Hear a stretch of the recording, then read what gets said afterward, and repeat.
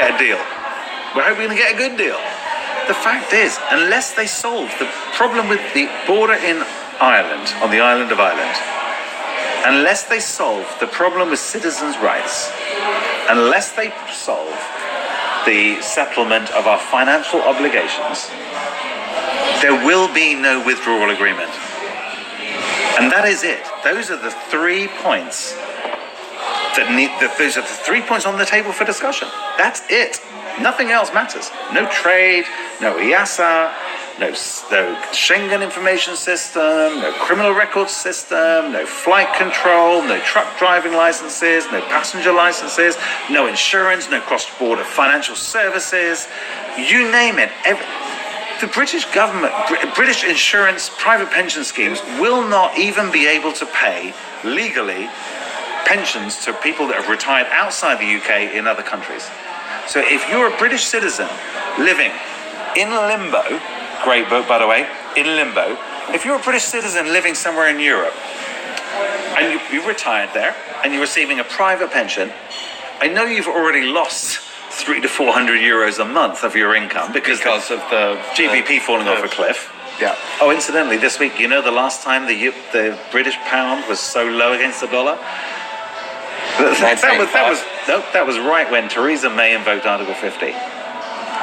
Wait to see what happens after September. There's an EU leader summit on the 20th of September next month.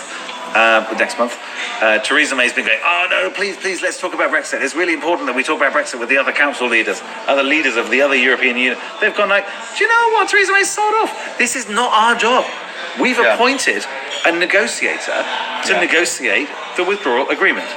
He's approaching it with a legal, technical process. But that's what it is. Our government are messing around behind the scenes, trying to do deals under the table with brown envelopes. There are a bunch of incompetent idiots in our government. Are they idiots that they don't actually know what they're doing, or are they just lying to everybody? Which is it? What bothers me apart from the government that are lying to the country? Yeah. There's something that bothers you more than that? Yeah. Okay, go on. I'll shut up. Coming from someone who has a degree in history and politics and has travelled as much as I have and seen as much of the world as I have, I am so concerned about one massive thing. It's like the thing that people fall back on about the British Empire, although it was basically piracy. We went over to countries and we stole all their stuff and we brought it back to the UK and went, hooray. That was the days when we used to use the army, the British army, as our trade negotiator. See how easy these devils talk about the wickedness that they've done, like it ain't gonna come back to them. You see how easy they talk about, we did that, chuckling. We just interrupt real quick and get a scripture, man.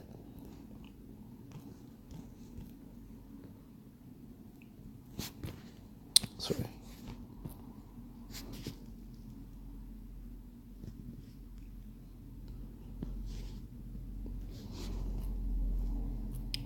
Six and 7. Right, Galatians 6 and 7 says, be not deceived, God is not mocked, for whatsoever a man soweth, that shall he also reap.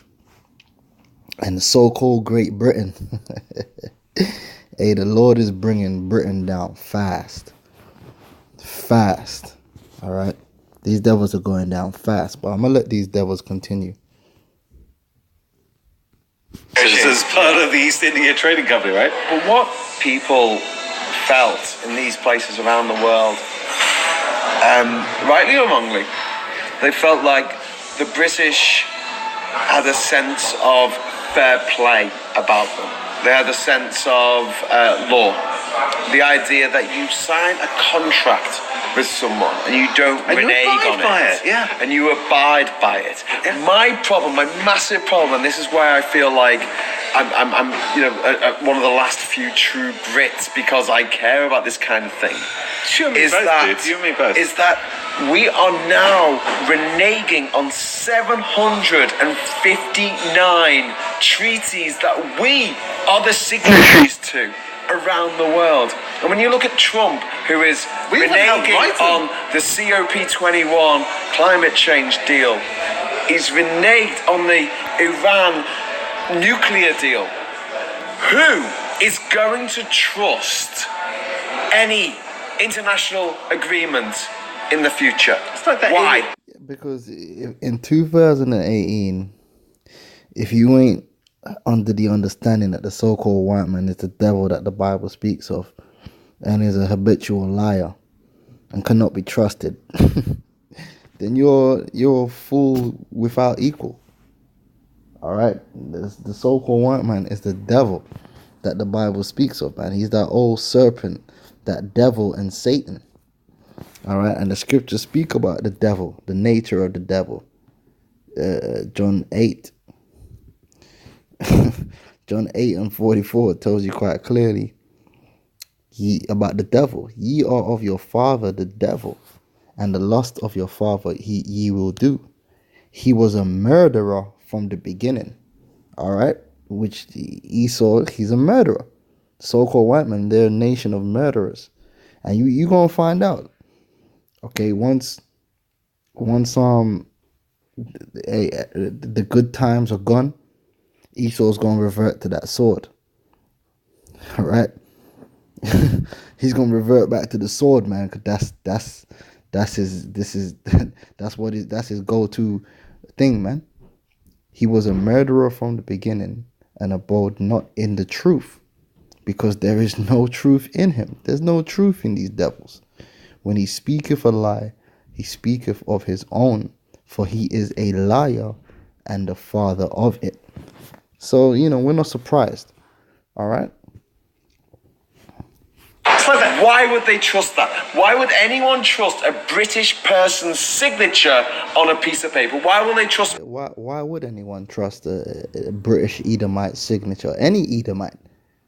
The Russians, the so-called white man has shown that he cannot be trusted.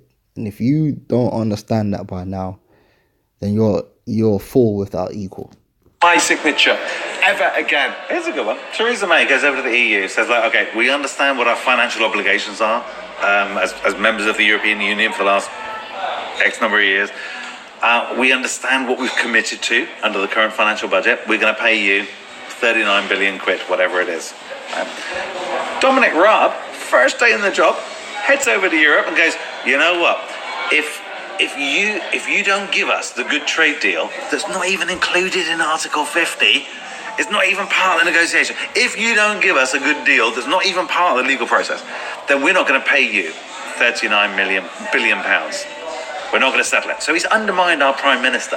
He's undermined us all. But get this.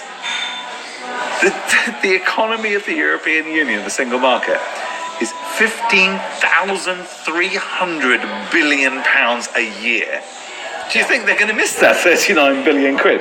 The Brexiteers say, we're the cash cow of Europe. We pay them 8 trillion. We pay them 8 billion pounds a year. We do. We're the cash cow in the United Kingdom. That's why we should get out and put that money into the NHS. 15.3 trillion euros, the size of the European Union economy. You think they're going to miss 8 billion a year from the UK after we're gone? Get a life, you idiots. I just want to wrap. Seriously, I am so angry with the ignorance. I just want to wrap this incompetence. up. Just want to wrap this up with the. You're going to be polite now, are you?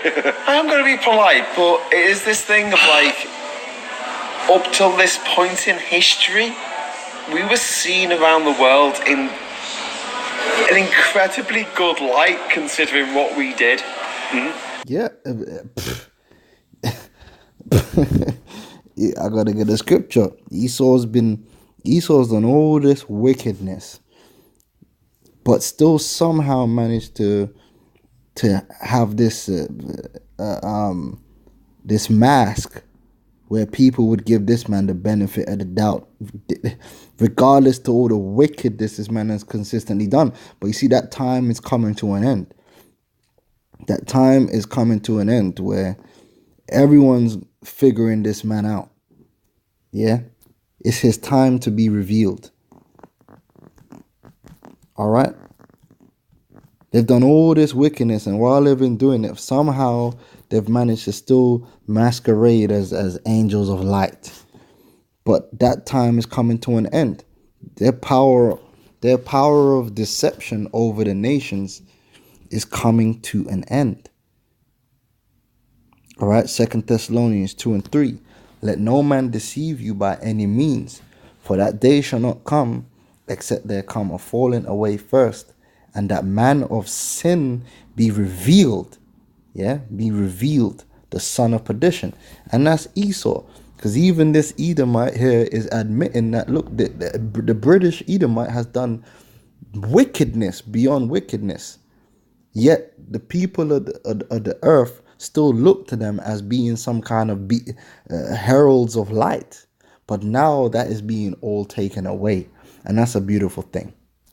Because people around the world felt that an Englishman's word was his bond. Okay. That was the thing that we sold the world. It's a bit of a lie. It never really. See, he's telling you right there.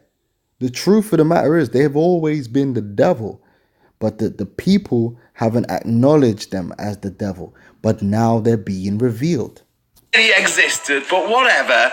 That was what people said. An Englishman's word is his bond. So I said I was going to buy all the beers tonight. Yeah. I'm not, because I've got no money. It's all on you.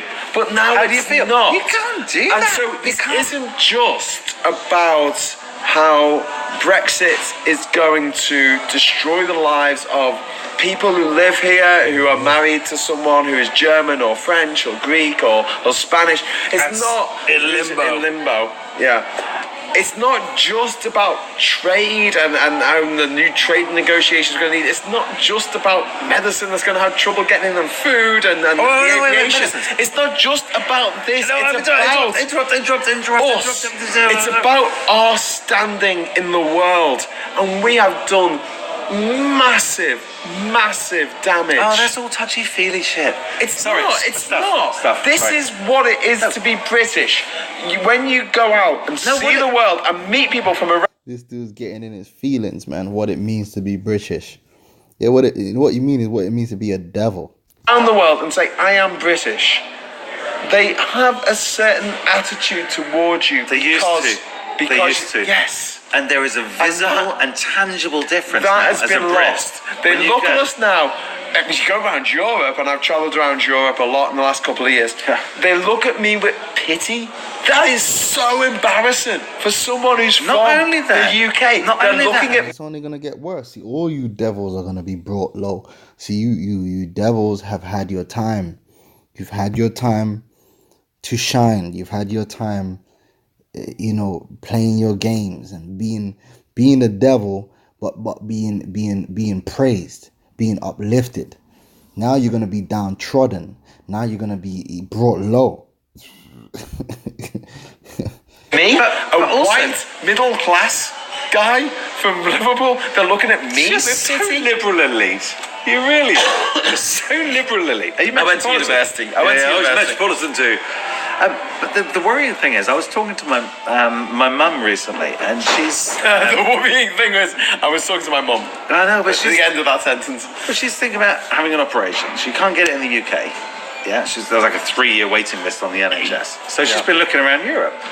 We talk about NHS tourism and stuff like that, people coming over here. But it's often easier to go abroad and get an operation abroad in Poland or the Czech Republic or somewhere where they've got really skilled people. You know this because in the NHS over here, we've got a lot of their doctors and nurses. Yeah. But a lot of people are now going abroad, paying for private Medicare in Europe, and then coming back to the UK and claiming it back from the NHS to shut out that 3-year waiting list that you've got. Whether it's a cataract eye operation or a hip operation, there are huge waiting lists in the UK. We know this.